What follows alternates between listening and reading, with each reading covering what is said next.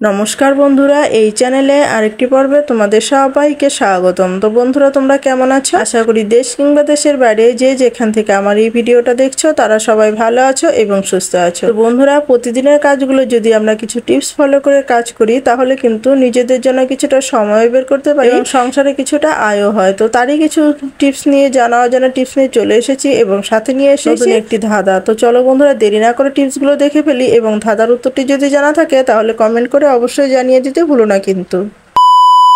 বন্ধুরা, আমাদের বাড়িতে কিন্তু এই ধরনের কাঁচা কলাগুলো কিন্তু আমরা প্রত্যেক বাড়িতেই প্রায় খেয়ে থাকি। তো কাঁচাগুলো যখন আমরা সিদ্ধ করি বা রান্না করি তখন কিন্তু এটা কালো হয়ে যায় বা আঠাগুলো কিন্তু থালা বাসনে লেগে যায়। তো কিভাবে করলে এটা হবে না তারই একটি ছোট্ট টিপস তোমাদের কাছে শেয়ার করছি, যেটা করলে পরে তোমাদের কিন্তু এই কাঁচা কলাটা কিন্তু কালো হবে না, রান্না করলেও কালো হবে না এবং কেটে রেখে দিলেও কিন্তু কালো হবে না। তো এর জন্য কি করতে হবে, এর জন্য নিয়ে নিলাম জল। তো জল নিয়ে নিলাম, তার মধ্যে দিয়ে দিলাম সামান্য পরিমাণ হলুদ। যেহেতু আমার একটা কাঁচা কলা রয়েছে এখানে, তাই আমি সামান্য পরিমাণ হলুদ দিয়ে দিলাম। তো এখানে তোমরা যদি কলা বেশি নাও তাহলে কিন্তু হলুদটা বেশি দিবে। তো দেখো, এভাবে যদি আমরা কিছু সময় ভিজিয়ে রেখে দিই তাহলে এটার যে কষটা রয়েছে কষটাও কিন্তু বেরিয়ে যাবে এবং যে কালো কালো ভাবটা যে হয় সেটা কিন্তু আর হবে না। তো বুঝতে পেরেছো বন্ধুরা, আশা করি এই টিপসটি তোমাদের অনেক কাজে দেবে। তো বন্ধুরা, তোমাদের কাছে যদি ভালো লেগে থাকে তাহলে বন্ধু বান্ধবদের কাছে কিন্তু শেয়ার করতে একদমই ভুলো না। তো চলো বন্ধুরা, তাহলে আমরা পরবর্তী টিপসটা দেখে নিই। তো বন্ধুরা, আমাদের ঘরে কিন্তু আমরা প্রত্যেকেই প্রায় সুপারি খাই, পান সুপারি খেয়ে থাকি। তো পান সুপারি খেলে কি হবে, পান সুপারি কিন্তু খেলেও কিন্তু এর মধ্যে কিছুটা অনেকেই অজানা রয়েছে যে সুপারিটা ছোট ছোট করে কেটে নিলে কি হয়। তো বন্ধুরা, অনেকে শুধু দাঁতের জোরটা কমে গেলেই যে সুপারি ছোট করে খায় সেটা কিন্তু একদমই নয়। তো দেখো, দাঁত শক্ত থাকলেও কিন্তু সুপারিটা যদি তোমরা ছোট ছোট করে টুকরো টুকরো করে কেটে তারপর যদি তোমরা এটাকে ব্যবহার করো তাহলে কিন্তু পানটা কিন্তু খেতে দারুণ লাগে। তোমরা এইভাবে করে খেয়ে দেখো, তাহলে বুঝতে পারবে কতটা টেস্টি হয়। তো এটা কিন্তু শুধু সুপারি যে ছোট করব সেটাই নয়, তো আরও কি কি করছি সেটা তোমরা খেয়াল করো আর পুরো ভিডিওটা দেখো, পুরো ভিডিও আমার সাথে থাকো, তাহলে বুঝতে পারবে এই টিপসটি তোমাদের কাছে কতটা উপকারী। তো দেখো বন্ধুরা, আমি যে প্রত্যেকটি টিপস যে দিচ্ছি সেটার প্রত্যেকটি টিপসই কিন্তু খুবই উপকারী। আশা করি তোমাদের অনেক কাজে লাগবে। তো এর জন্য কি নিয়ে দেখো, জল নিয়ে নিলাম আর জলের মধ্যে সম্পূর্ণ সুপারিটা আমি ভিজিয়ে দিলাম। তো সুপারিগুলো কেন ভিজেছি বন্ধুরা, সুপারি অনেক সময় দেখবে তোমরা খেয়াল করবে বাজারে গেলে যে সুপারি বস্তার উপরে পা উঠিয়ে বসে থাকে, সুপারিতে ধুলো বালি যখন যেখানে রোদে দেয় সেখানে কিন্তু ধুলো বালি লেগেই থাকে। তো সেই সুপারিগুলো কিন্তু ধুয়ে তারপরে আমাদের খেতে হয়, কিন্তু ধুয়ে আমাদের কি খাওয়া হয় সম্ভব? তো সবসময় যে আমরা পান সুপারি যখন খাবো তখন কি ধুয়ে খাবো, আর এটা কি সম্ভব হয় বলো? আর ধুয়ে খেলে তো তখন সুপারিটাও ড্যাম হয়ে যায়, খেতেও কিন্তু ভালো লাগে না। তো আমরা যদি এরকম করে ধুয়ে তারপর যদি এটাকে আমরা খাই তাহলে কিন্তু তখন মুখের স্বাদটা কিন্তু সুপারির যে স্বাদটা সেটা কিন্তু চলে যায়। কিন্তু আমরা যদি এটাকে একটু বুদ্ধি খাটিয়ে অন্যরকমভাবে করে খাই তাহলে কিন্তু আমাদের স্বাদ কিন্তু আরও দ্বিগুণ স্বাদ হয়ে যাবে, পানের স্বাদটা কিন্তু দ্বিগুণ হয়ে যাবে। তো তোমরা কিন্তু আমার এই টিপসগুলো ফলো করে তোমরা যদি পানটা বানিয়ে খাও তাহলে দেখতে পারবে বন্ধুরা কতটা স্বাদ লাগে পান সুপারিটা। তো দেখো, সুপারিটা আমি নিয়ে নিচ্ছি আর এই সম্পূর্ণ সুপারিটা এখন কি করব, আমি দিয়ে দেবো গ্যাস জ্বালিয়ে দিয়েছি। আমি এই সুপারিটা একটু ভেজে নেব আর ভেজে জলটা শুকিয়ে একটু ভালো করে লাল করে ভেজে নেব। আর এই ভেজে নেওয়ার পর সুপারি তো মচমচে হবে, আর মচমচে হওয়ার পর সুপারিটা খেতে যা লাগবে না বন্ধুরা, তোমরা খেয়ে দেখো বন্ধুরা, বারবারই বলছি তোমাদেরকে, সত্যি বন্ধুরা তোমরা খেয়ে দেখো কতটা টেস্টি হয় সুপারিটা। তো দেখো, এই লালচে লালচে হয়ে গেছে, আমার সুপারিটা কিন্তু ভাজা হয়ে গেছে। আমি এখন এই সুপারিটাকে একটু ঠান্ডা করে তারপর একটা কৌটোতে রেখে দিব। তো যে পাত্রে আমরা সুপারি সবসময় ব্যবহার করি সেই পাত্রেই রেখে দিব। যখন আমরা খাবো তখন সুপারিটাকে বের করে তারপরে খাবো, ধুলোবালি লাগারও ব্যাপার থাকলো না, আর এটা রোদে দেওয়ার ব্যাপার, রোদে দিতে গেলেও কিন্তু ধুলোবালি আবার লেগে যাবে। তো বন্ধুরা, তোমাদের কাছে টিপসটি কেমন লেগেছে? তো ভালো লাগলে একটা লাইক করে দিও। তো চলো বন্ধুরা, তাহলে আমরা পরবর্তী টিপসটা দেখে নেই। বন্ধুরা, আমাদের প্রত্যেক বাড়িতেই কিন্তু সয়াবিনটা খাওয়া হয়। তো সয়াবিনটা বেশিরভাগ লোকই কিন্তু সয়াবিনটাকে ভালোবাসে। আর এই সয়াবিনটা যে আমরা খাই সেটা কি আমাদের জন্য, এটা কি সঠিক সয়াবিনটা খাই, না এখানে ভেজাল রয়েছে সয়াবিনে, তো আমরা কি করে বুঝবো এই সয়াবিনটা কীরকম রয়েছে।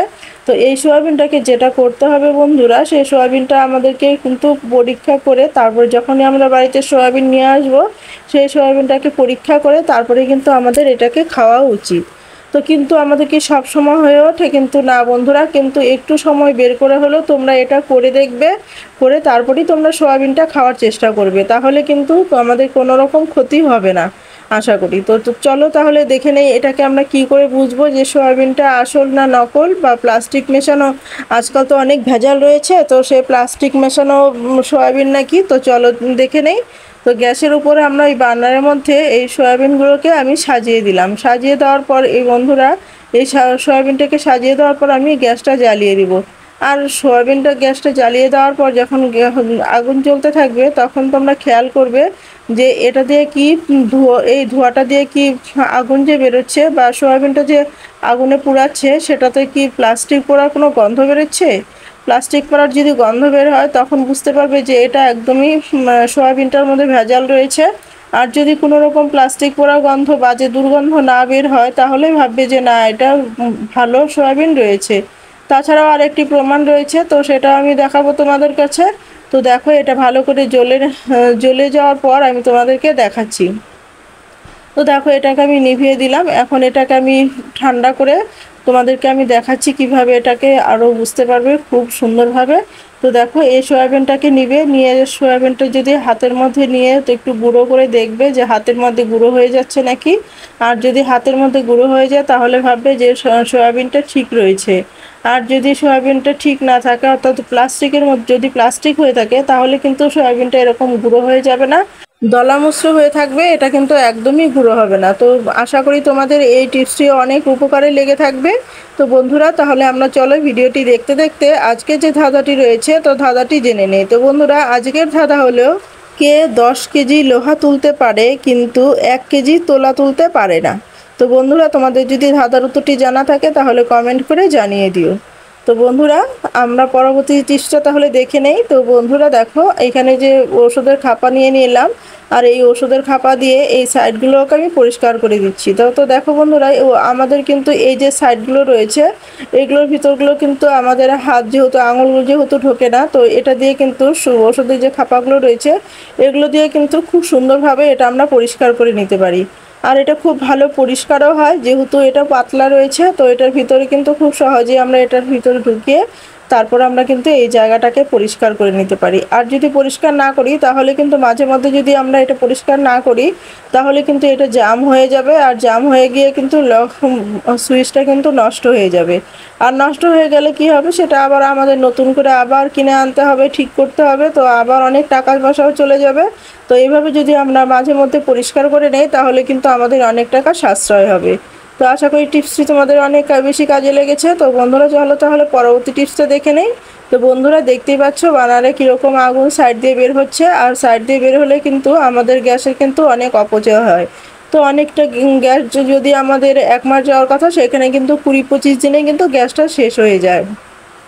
তো আমাদের গ্যাস অনেক অপচয় হয়। তো এরকম করে যদি আমরা একটু এটার বুদ্ধি খাটিয়ে কাজ করি তাহলে কিন্তু আমাদের মাঝে মধ্যে কিন্তু এটা কিন্তু আমরা যদি করি তাহলে কিন্তু আমাদের অনেক টাকা সাশ্রয় হয়। তো দেখো এরকম করলে কিন্তু আমাদের গ্যাস ঠিক করে নিয়ে আসতে হয়, লোক ডাকে ঠিক বাড়িতে ঠিক করতে হয়, নয়তো নিয়ে যেতে হয়। তো সেটা যে আমাদের করতে হবে না, তোমরা যদি এরকম করে একটু সাবান ঘষে এরকম করে বার্নারটার মধ্যে সাবানটা ঘষে দাও, এটার মধ্যেও ঘষে দাও, আবার বার্নারটার মধ্যেও সাবানটা একটু লাগিয়ে দাও, তাহলে দেখবে আবার উনানটা কিন্তু আবার খুব সুন্দরভাবে ঠিক হয়ে যাবে, একদমই নষ্ট হবে না। আর মাঝে মধ্যে যদি আমরা এরকম করে নেই তাহলে গ্যাসটা যে অপচয় হয় সেই গ্যাসটাও অপচয় হবে না, আর মাঝে মধ্যে ঠিক করতে দিতেও হবে না আমাদের, এটা কিন্তু আমরা বাড়িতেই ঠিক করে নিতে পারি। তো দেখো এভাবে কিন্তু বানারটার মধ্যেও একটু লাগিয়ে দিচ্ছি। তো এইভাবে বানারটার মধ্যেও যদি আমি, যেহেতু বন্ধুরা এক হাতে আমি ক্যামেরা ধরেছি তাই আর কি অসুবিধা হচ্ছে, যদি একটু তোমরা একটু প্লিজ ম্যানেজ করে নিও। তো এভাবে কিন্তু আমরা বাড়িতে অনেক টাকা কিন্তু সাশ্রয় করে নিতে পারি, যদি একটু বুদ্ধি খাটিয়ে কাজ করি তাহলে কিন্তু আমাদের সংসারে অনেক খরচা কমে যায়। তো এভাবে তোমরা বাড়িতে অবশ্যই ট্রাই করতে পারো। তো বন্ধুরা তো ভিডিওটি কেমন লেগেছে, তো ভালো লাগলে লাইক কমেন্ট শেয়ার করে দিও। আর এই ভিডিওতে যদি কেউ নতুন হয়ে থাকো তবে সাবস্ক্রাইব করে আমার পাশে থেকে এরকম নিত্য নতুন ভিডিও পাওয়ার জন্য। তো বন্ধুরা দেখো, এখন আমি এটা বার্নারটা লাগিয়ে দিচ্ছি, আর লাগিয়ে দেওয়ার পর তোমাদেরকে আগুন জ্বালিয়েও দেখাচ্ছি, আর সামনাসামনি তোমাদেরকে পরীক্ষা করেও দেখাচ্ছি কতটা সুন্দরভাবে এটা আমাদের জ্বলছে। তো দেখতেই পাচ্ছ, তোমাদের সামনেই আমি আগুনটা ধরিয়ে দেখাচ্ছি কতটা সুন্দরভাবে জ্বলছে, সাইডে কিন্তু একদমই আর জ্বলছে না। তো বন্ধুরা, তোমরা সবাই ভালো থেকো, সুস্থ থেকো, এই কামনাই করি ঈশ্বরের কাছে। আজ এই পর্যন্ত, দেখা হবে নেক্সট ভিডিওতে। কেমন?